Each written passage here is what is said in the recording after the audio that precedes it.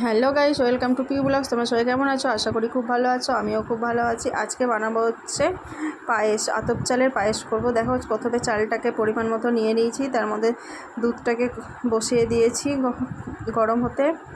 দুধটা গরম হচ্ছে, ধোঁয়ার জন্য আবছা লাগছিলো, এখানটা বোঝা যাচ্ছিলো না। এই যে দুধটা বসানো আছে, এরপরে দুধটা দেখো ফুটে উঠেছে। তখন ফুটে ওঠার পরে দুধটাকে নেড়ে আতপ চালটা দিয়ে দিয়েছি। দেখো, আতপ চালটা এবার দিয়ে দিলাম।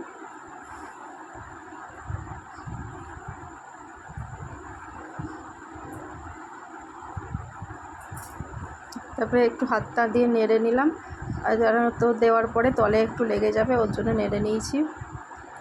নেড়ে নেওয়ার পরে তোমার এবার একটু ফোটার পরে ওটাতে তোমার চিনি অ্যাড করব, তার সঙ্গে দেব কাজু, কিশমিশ আর নারকেল কোড়া, তার সঙ্গে তেজপাতা আর এলাচ, এই কয়েকটা দিব। আর সঙ্গে গুঁড়ো দুধও নিয়ে নিয়েছি। দেখো, কাজুটাকে একটু পেস্ট করে দিয়েছি যাতে পিষে যায়।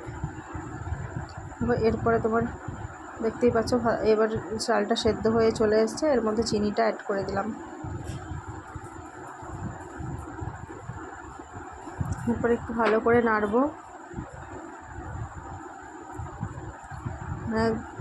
এবারে নারকেল কোড়াটা দিয়ে দেবো। যে নারকেলটা কোড়া করে রেখে দিয়েছি, ও নারকেল কোড়াটা দিয়ে দিব।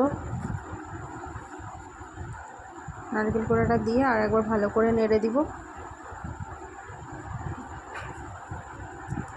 এরপরে তোমার একটু গুড় বাতাসা মিক্স করব ওটার সঙ্গে, যাতে কালারটা একটু সুন্দর আসে, ওই জন্য গুড়ের বাতাসাটা মিক্স করে দিলাম।